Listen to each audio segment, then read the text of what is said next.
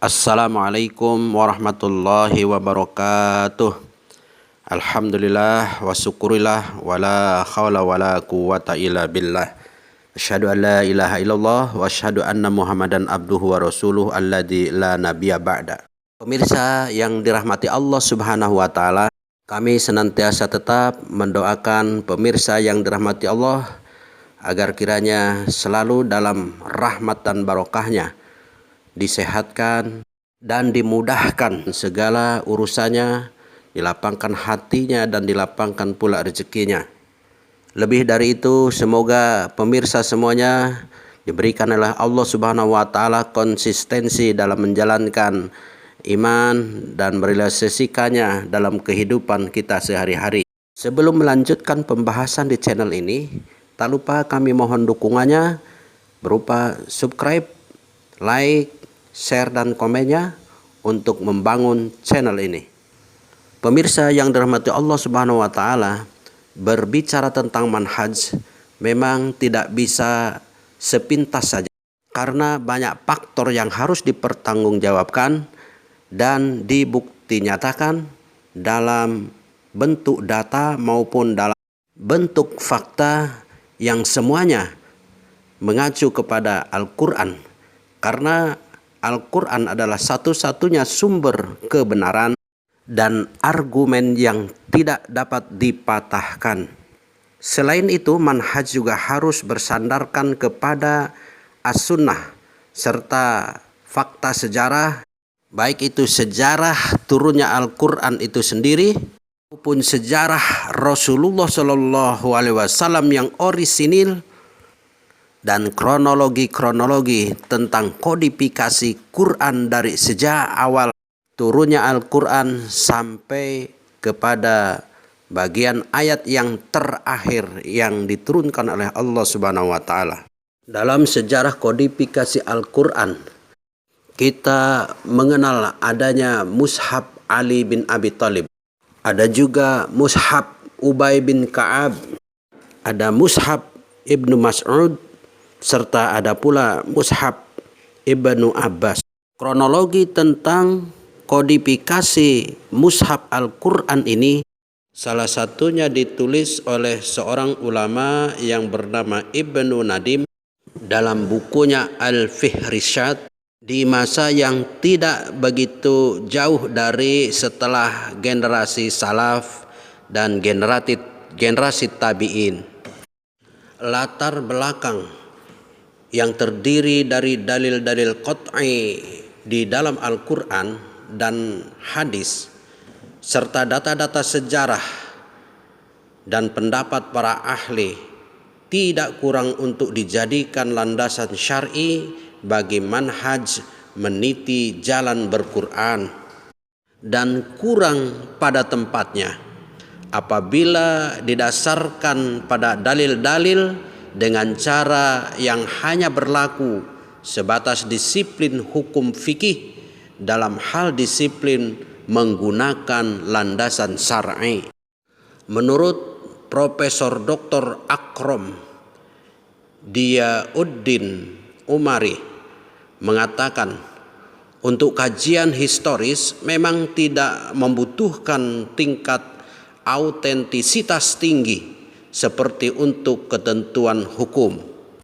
Artinya, dengan dalil-dalil qat'i dalam Quran dan hadis serta data-data sejarah dan pendapat para ahli tersebut di atas, tidak berarti lemah untuk memandang bahwa dengan landasan sejarah sebenarnya telah cukup untuk dijadikan rujukan bermanhaj. Pemirsa yang dirahmati Allah Subhanahu wa taala, kandungan kemujizatan Al-Quran memenuhi seluruh aspeknya, baik aspek bahasa, keterpaduan nilai syairnya, ketepatan hukum, bahkan juga kandungan ilmiahnya. Ayat-ayat Al-Quran diturunkan dengan urutan sesuai dengan kehendak Allah Subhanahu wa taala. Ayat yang satu didahulukan dari yang lainnya. Tidak ada yang timpang, sesuai dengan keadaan dan pertumbuhan pribadi orang yang menerimanya. Metode tarbiyah atau metode pengajaran yang sangat alami dan sangat manusiawi. Kemukjizatan Al-Quran bukan saja meliputi seluruh ayatnya, bahkan juga terdapat pada tiap-tiap surat. Kalimat dan huruf-hurufnya, tak seorang pun ahli yang dapat membuat suatu susunan yang sebanding dengan Al-Quran, sebagaimana tantangan Allah Subhanahu wa Ta'ala kepada manusia dalam beberapa firman-Nya. Yang pertama di dalam surat Al-Isra ayat 88. A'udzubillahi minasyaitonirrajim. Qul la in ijtama'atil insu wal jinnu ala ayyatu bimisli hadzal Qur'an la ya'tuna bimislihi walau kana ba'duhum li ba'din zahira. Katakanlah, sesungguhnya jika manusia dan jin berkumpul untuk membuat yang serupa Al-Quran ini, niscaya mereka tidak akan dapat membuat yang serupa dengan dia, sekalipun sebagian mereka menjadi pembantu bagi sebagian yang lain. Kemudian dalam surat Hud ayat 13 dan 14 Allah Subhanahu wa Ta'ala berfirman, A'udzubillahi minasyaitonirrajim. Am yaqulu naftarah qul fa'tu bi asyri suwarim mislihi mubtarayatin wada'u man istata'tum min dunillahi in kuntum shadiqin. Bahkan mereka mengatakan Muhammad telah membuat-buat Al-Quran itu. Katakanlah, kalau demikian, maka datangkanlah 10 surat-surat yang dibuat-buat yang menyamainya, dan panggillah orang-orang yang kamu sanggup memanggilnya selain Allah, jika kamu memang orang-orang yang benar. Fa illam yastajibu lakum fa'lamu annama unzila bi'ilmillah wa an la ilaha illahu fahal antum muslimun. Jika mereka yang kamu seri itu tidak menerima seruan atau ajakanmu itu, maka katakanlah olehmu, ketahuilah sesungguhnya Al-Quran itu diturunkan dengan ilmu Allah, dan bahwasanya tidak ada Tuhan selain Dia. Maka maukah kamu berserah diri kepada Allah? Selanjutnya tantangan Allah di surat Yunus ayat ke-38. A'udzubillahi minasyaitonirrajim. Am yaqulu naftarah qul fa'tu bi suratin mim mislih wada'u man istata'tum min dunillah in kuntum shadiqin. Atau patutkah mereka mengatakan Muhammad membuat-buatnya? Katakanlah, kalau benar yang kamu katakan itu, maka cobalah datangkan sebuah surat seumpamanya, dan panggillah siapa-siapa yang dapat kamu panggil untuk membuatnya selain Allah, jika kamu orang-orang yang benar. Demikian pula dalam surat Al-Baqarah ayat ke-23, Allah Subhanahu wa Ta'ala berfirman, wa in kuntum fi raibim mimma nazzalna ala abdina fa'tu bi suratim mim mislih wada'u suhada'akum min dunillahi in kuntum shadiqin.